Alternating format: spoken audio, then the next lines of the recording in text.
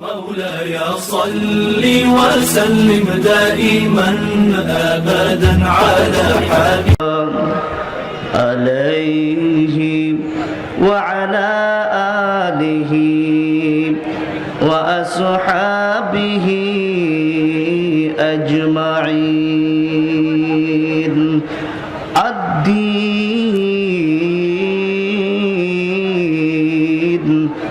النصيحة أو كما قال النبي صلى الله تعالى عليه وسلم. درود إبراهيم. اللهم صل على محمد وعلى آل محمد كما صليت على إبراهيم وعلى آل إبراهيم إنك حميد مجيد. اللهم بارك على محمد وعلى آل محمد كما باركت على إبراهيم وعلى آل إبراهيم إنك حميد مجيد.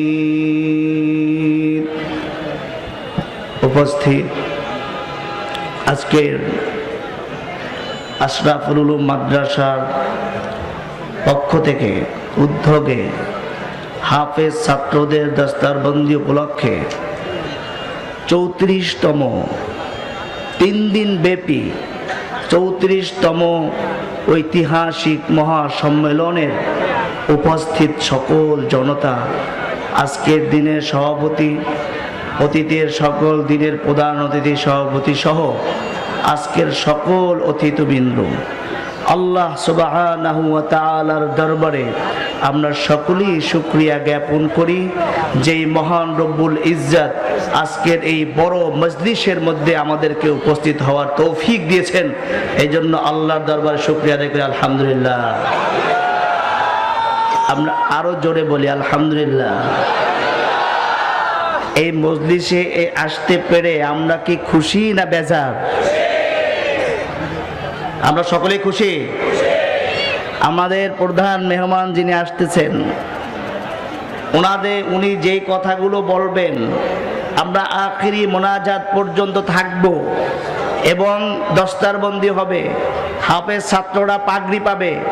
এই পাগড়ি পাওয়া পর্যন্ত আখিরি মোনাজাত পর্যন্ত আমরা সকলেই থাকব। কে কে থাকবো হাত জাগায় দেখাই। সকলে বলে আল্লাহু আকবার। আল্লাহ তুমি কবুল করো। আমি কয়টা কথা বলার জন্য বলেছিলাম? 3টা। 1 নম্বর কথা, এই বাংলাদেশ, আমাদের এই প্রিয় বাংলাদেশ, এই বাংলাদেশে জন্মগ্রহণ করে আমরা খুশি না বেজার? কেন খুশি? কে বলতে পারেন কেন খুশি?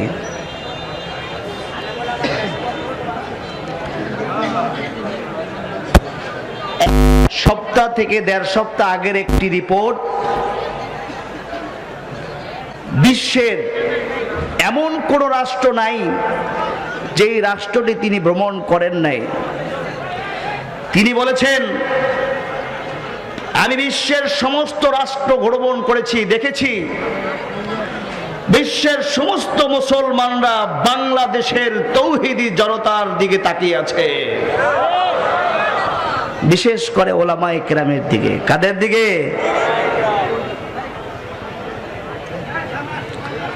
বাংলাদেশের মতো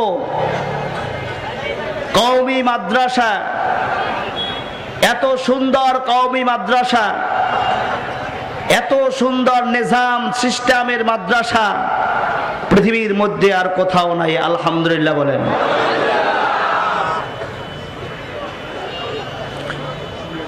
2 বছর আগে ভোর রাতে একটি ভূমিকম্প হয়েছিল, আপনারা কি খবর পেয়েছিলেন?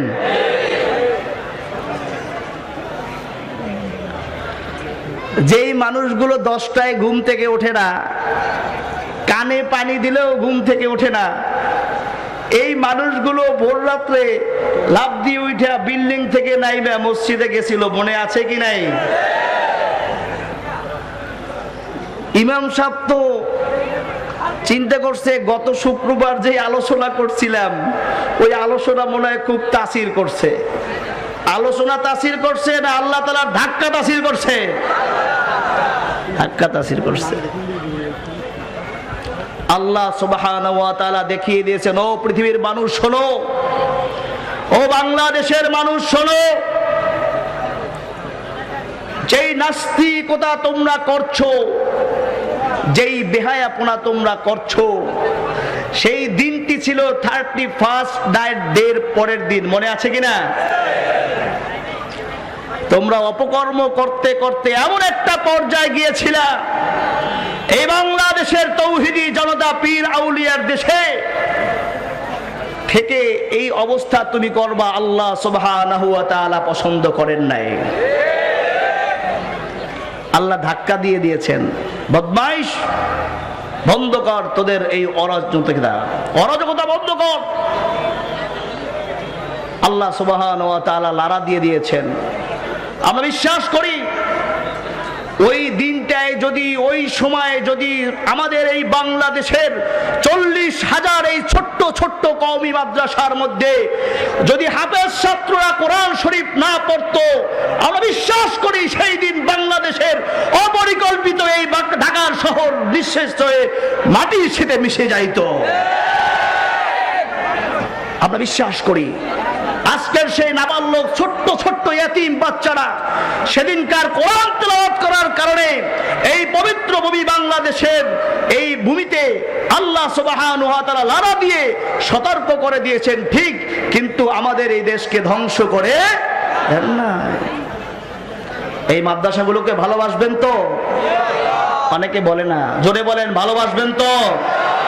কারা কারা ভালোবাসবেন 2 হাত জায়গায় দেখান। আল্লাহ তুমি কবুল করো।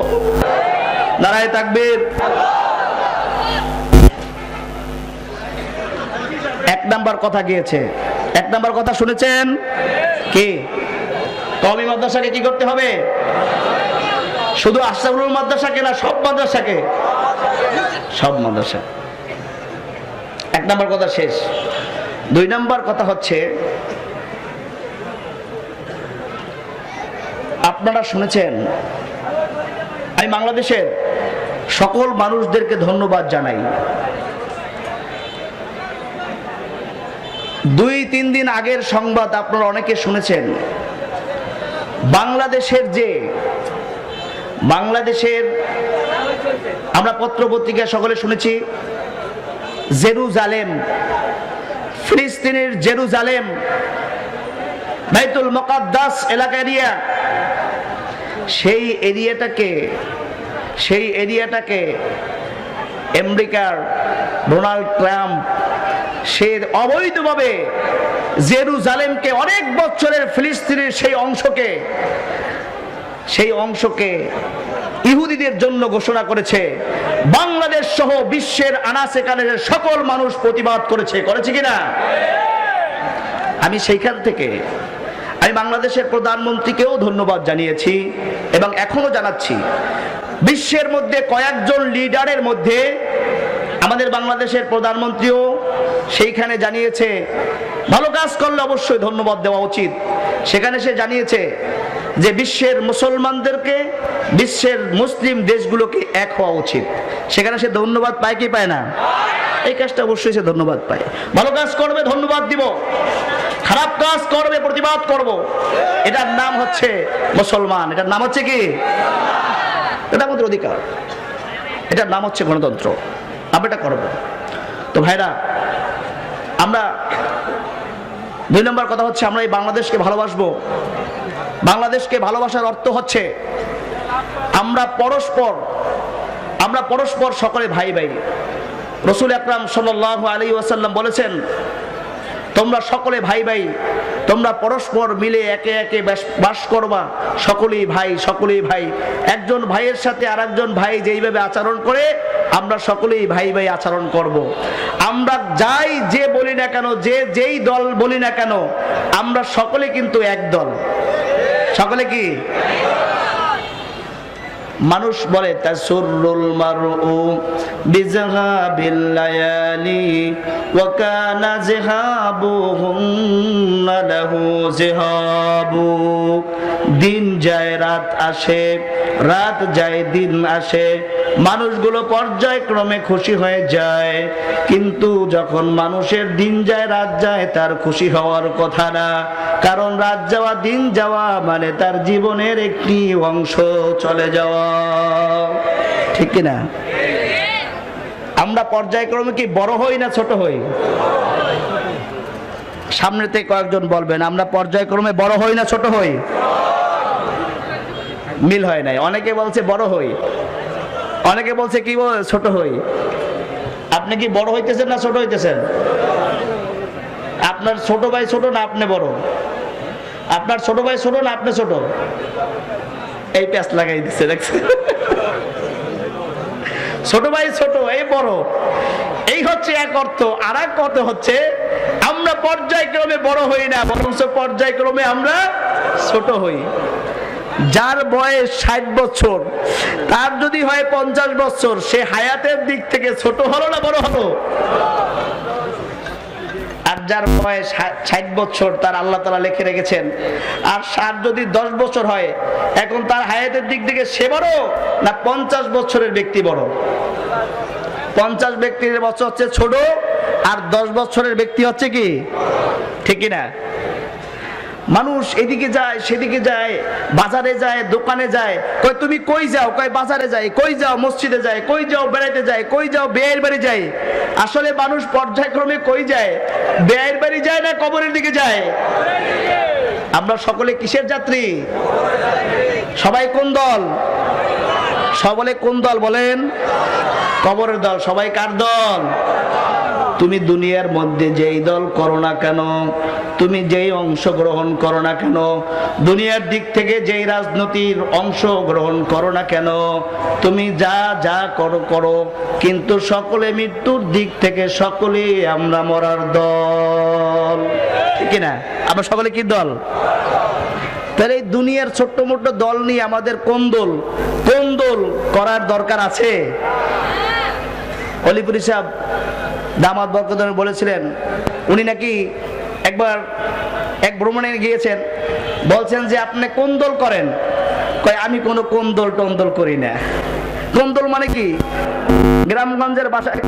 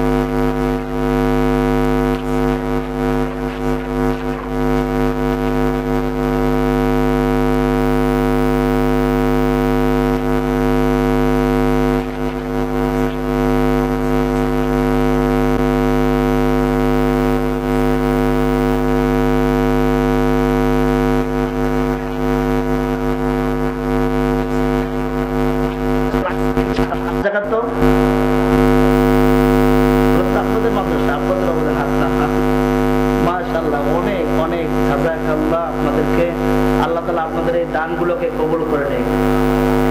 3 নম্বর কথা হচ্ছে, এই মাদ্রাসাটির মধ্যে কয়েকটি বিভাগ আছে।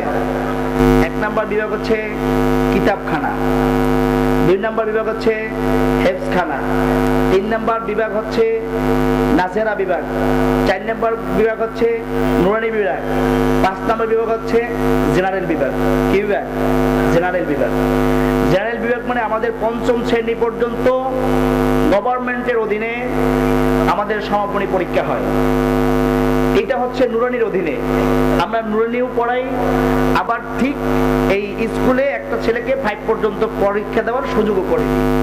এটা কি ভালো না খারাপ? একটা ছেলে যদি শুধু স্কুলে পড়ে, শুধু স্কুলের পড়াটা পারবে, আর এই মাদ্রাসাগুলোতে, এরকম আরো অনেকগুলো মাদ্রাসা আছে আশপাশে, এই মাদ্রাসাগুলোতে ঠিক বাংলা, অঙ্ক, ইংরেজির পাশাপাশি কোরআন হাদিস পড়ার সুযোগ করে দেয়। আলহামদুলিল্লাহ বলেন। আপনারা খুশি না বেজার? এই আশরাফুল মাদ্রাসায় এই সুযোগগুলো আছে। আপনারা আসবেন, দেখবেন, এখানে আপনারা বসবেন, এই ছাত্র এতিম ছাত্রদের সাথে, এই হুজুরদের সাথে